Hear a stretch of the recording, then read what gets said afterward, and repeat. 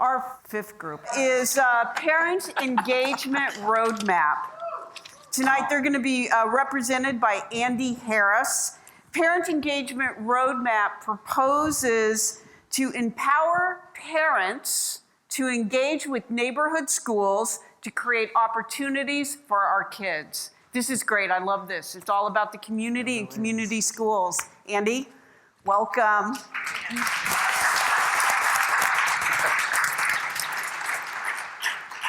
Good evening, everyone. I'm Andy Harris. I'm with the Parent Engagement Roadmap team, and our idea was to inform and empower parents so they can improve their neighborhood schools. I'm going to start by telling you two stories. The story of my friend Sam and my own personal story. Sam and I have a lot in common. We both love the vibrancy of our neighborhoods. We both set up professional roots here in Chicago, and we faced a constant worry about education for our kids. When Sam and his wife first started having children, there were 6 other families on their block with kids all about the same age. But just 5 years later, when Sam's wife had their 3rd child, his family was the only family left on the block. All the other families had moved to the suburbs for educational certainty. They didn't feel that their neighborhood school was an option. Sam also assessed his choices. He wanted educational certainty, but his neighborhood school was underperforming, and he felt that he had no choice but to move to the suburbs. He faces constant guilt about abandoning the city he loved. Now I'm going to tell you my story. My husband and I, we had the same choices. We walked over to our neighborhood school. We saw a dilapidated playground that was deemed unfit and unsafe for kids to play on. We saw a school that lacked fundamental resources like an arts program, a library, and a music program. Unlike Sam, though, I saw a different path. Gandhi asks us to be the change we wish to see in the world. I, along with many other involved neighborhood parents, decided to turn around our school. We spent 8 years meeting with politicians, community leaders, school administration, CPS administration. We've raised money. We built a new playground. Often, it was exhausting and frustrating. And sometimes I felt like I was taking 2 steps forward and 5 steps back. And it became isolating when a lot of my friends started moving to the suburbs. And that said to me, Andy, just throw in the towel already. And I just couldn't. But there were days where I felt so guilty because I didn't think I was doing what was in the best interest of my kids. But I just didn't want that to be the reason why I left the city.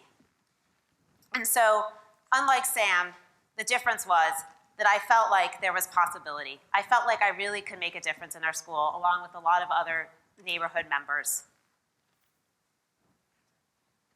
But what if Sam had a roadmap and an opportunity and tools? What if it was easy to connect to people that wanted to turn around their schools? What if there could be educational certainty for every single neighborhood school in the city of Chicago? Enter our online resource, a place for parents to engage and facilitate discussions. Our solution would make neighborhood high schools and elementary schools the anchor of their community. We would bring educational certainty to every single neighborhood in Chicago. What would our toolkit provide? We'd have resources. So things like, how do I start a Friends Up group? How do I fundraise? How do I connect with CPS administration? How do I work with politicians and business leaders and community members? We'd have engagement profiles so that you could connect to other people that are also interested in turning around your school. And you could find people that, like me, who've done it before, and we can give you ideas and tell you all the pitfalls that can happen. We would also have a pinpoint system, because every school's change readiness is different. And so knowing where to start your journey is really, really critical. And we would use objective-based criteria to say, this is where your school is, and this is kind of what's next in your journey. We would have discussion boards, because Lord knows I needed some support. And so just having people to reach out to and say, you've got this, the North Shore isn't that great. No, I'm kidding. And FAQs. How do I even get started? What do I do? 8 years ago, I had no idea. So the other thing I love about our idea is it's scalable. We've heard a lot of people talk about being scalable. So our idea is to take our tool and pilot it in some neighborhoods in Chicago, get some feedback, take our tool, retool it a little bit, and then roll it out nationwide. Because this isn't a Chicago problem. This is a Philadelphia problem, an LA problem. Everybody's got a neighborhood school problem. So what do we need from you guys? So we need a partner. We're excited. Our team is awesome. We're super excited about this idea, but we need somebody in an umbrella organization to help us with this. We need project management, subject matter expertise, website development. I have 13 seconds left. Commitment, scalability, funding for our awesome idea. Thank you, because if you say yes, we all can be the change that we wish to see in this world. And I have 1 second. You are an inspiration. So let's get your entire team here. You guys should be featured in Chicago Magazine as Chicago in a Year, I think. For the whole team, you guys are inspiring. It was awesome. So yeah. And we didn't know each other. I know you guys beforehand. didn't, you guys just got together and met and then have been working the last 8 months on this. So great job. I'll let you have the panels give you all their suggestions. So I love the idea, absolutely love the idea. As a father of 3, this is a problem. And it's not one that parents always want to admit, that they are, unknowledgeable about certain things that are happening within the school.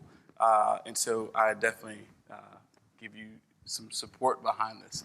One of the things that I was curious about, or rather that I think could be of value to you, is picking one school to begin the process of building it around solving that problem, whether it's getting the parents hyper engaged and really solving that problem, because similar to, as I mentioned, another group, if you solve it for one core audience, you solve it for everyone. And so picking multiple schools, I think that could be a little bit distracting. So really honing in and getting everyone engaged is going to really have a longer term effect on the viability of the project that you build. So I love the idea as well, and I love the story. I think your story is very, very powerful, and congratulations on the change. I think what you have is critical, but I'm wondering if it's sufficient. So I like the resources. It is really going to be helpful. But what I understand your idea is community organizing. And can you get a community together just with the resource support? So, and I think probably you still need another mechanism where the people actually come together and then can use that resource. And just meeting online, I'm just not sure if enough people are there. So I'm wondering how that goes into partners, and perhaps you can start where you start, perhaps start with an existing school advisory board, or start with the park advisory. There are over 100, I checked, there are over 100 Chicago park advisory committees. So they're equally focused on the community. They're already organized, and perhaps that's a launching pad to find people to get them around schools. So figure out this community organizing 2.0 that then can so much benefit from that great resource. And one other question would be, solve the stickiness problem. There has to be one anchor problem that you're solving for the parent, the school districts, the neighborhoods.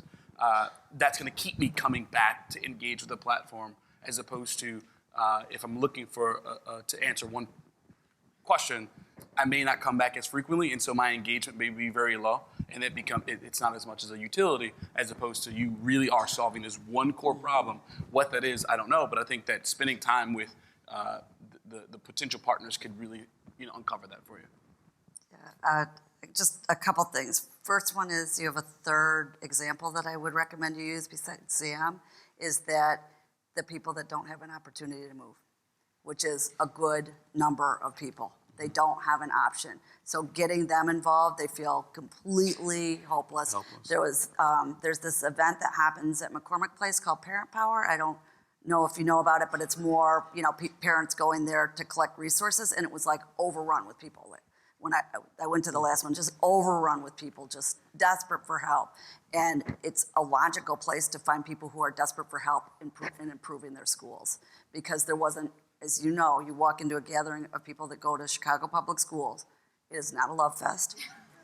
There were people being told, for kindergartners, don't forget, you have to bring your toilet paper too, and you have to, and they're like, oh my God, it was like, yeah, it was overwhelmingly great, but that would be an interesting place to start, because you take people that are engaged enough to get on a bus and come to McCormick Place, to get help and desperate to get their kids a good education, and you give them away. I think taking over the local school councils is critical. A good way to start that is first to join the PTAs. They all have them. You make friends with the principal. You make friends with the teachers who are really trying to do the same things that you are. You know, because I think different than some community organizing where it can be, you do want to agitate for change. You know, but this one, I think you're in that neighborhood, you got to kind of partner with somebody there and then build it, and then you agitate for change. But I think you've got a really meaningful thing for the city, because the solution doesn't come without these parents and other people who aren't parents. I'm running for my local school council. I have no kids there because I was sick of being upset about it. And so, great idea. When I'm looking at your kind of progress summary in the materials that were provided to us, I think there's something kind of buried here that could be a real key for you, which is the idea of focusing on the needs of people that live in the neighborhood who do not yet have kids in the CPS. And I would, there is a group out there who already is focusing on families with kids in the schools, the Neighborhood Parents Network, and I don't know if you know them. It sounds like from what you're saying, they're choosing neighborhoods. They've grown in neighborhoods that aren't as needy as some of those that I think you're describing. But nevertheless, there's a lot you can learn from that group. And one thing that works for them, I mean, they're a paid group. You know, you have to pay in order to participate in the Neighborhood Parents Network. If you can find a way to create a value proposition for the people who don't yet have kids in CPS, if you're able to identify families with new kids, reach out to them, say, we can help you find babysitters. You know, what is it that they need that you can help them with, that you can, in addition to funding you might find elsewhere, you may actually be able to develop kind of a pay model, and you can figure out a way to make it exclusive or non-exclusive, make payments voluntary, possibly, whatever. That may be a way to generate some revenue. But I would focus on what is the value proposition. You're building toward the bigger goal of strengthening the schools by the time those kids get to those schools. But what is the immediate proposition? These parents will see the value of building toward that 5-year gap between the kid is born when he or she goes to the schools, but figure out what you're going to do for them along the way. And I would try to team up with Neighborhood Parents Network, because that's not really something that they're addressing right now, and they may be willing to work with you. The other very minor suggestion I would make is that you want to reconsider this Reboot. Reboot Illinois is already out there. They may not particularly appreciate you building a website that's going to use the same word. And I'm just not sure that Reboot really matches up with your mission. I might consider finding a name that more clearly identifies with raising children, schools, Gandhi, whatever it is. You may, besides the fact you may have a trademark problem on your hands, I would consider a reconsideration of that name. We already scrapped that. Okay. Okay. It's not in the slides for review. Okay. You get in trouble for doing your homework and preparing in advance. Right? So just to tie into the thing about like the people without kids, and then or people before they have kids, you know. So one of my thoughts was, you know, you're providing hope, right? Empowerment. Yes, you can change it. You're providing information that maybe not be readily available about who to talk to, in what order, how do you get things done. I think what you're not providing, what you can't, is time, right? And you know, you described your story. I know people have similar stories. It takes so much time, right? Every day, every week, over year. And it's wonderful that that you have that passion and persistence. I just wonder if there's an opportunity to connect the dots here, right? So like, whether it be the families before they have kids, the other people in the neighborhood that care. Chicago Cares and other organizations find volunteer opportunities, and people who have time, who aren't in the middle of raising 3 kids or whatever, who aren't already getting their kids in school, they go clean up the park, or they go mentor or whatever. And I wonder if there's a link there, which is, what if you actually, maybe these are lawyers or people who can, maybe there's a connection with people who want to volunteer their time, who maybe have an interest in this in the future or don't, but could connect back to kind of the time deficit that I think working parents have when their kids are actually ready to go to school. So, but I mean, so important. We need more community engagement at all levels, but I think especially in the schools. And I think just to add to that, I think another attribute you would get there is a funder is going to have a question about whether you, as the committed group of parents, are still going to be there once your kids get past a certain point in the schools. And funders are going to want to know that the mission will live beyond the missionaries, the original set of missionaries. And so that would be, by connecting to the community in that way, it would answer that sustainability question that I think any funder or partner may have, looking at you, knowing that you're great, but you may not be there 5 years from now, and they want to know that the organization they support will be. Great. Good job.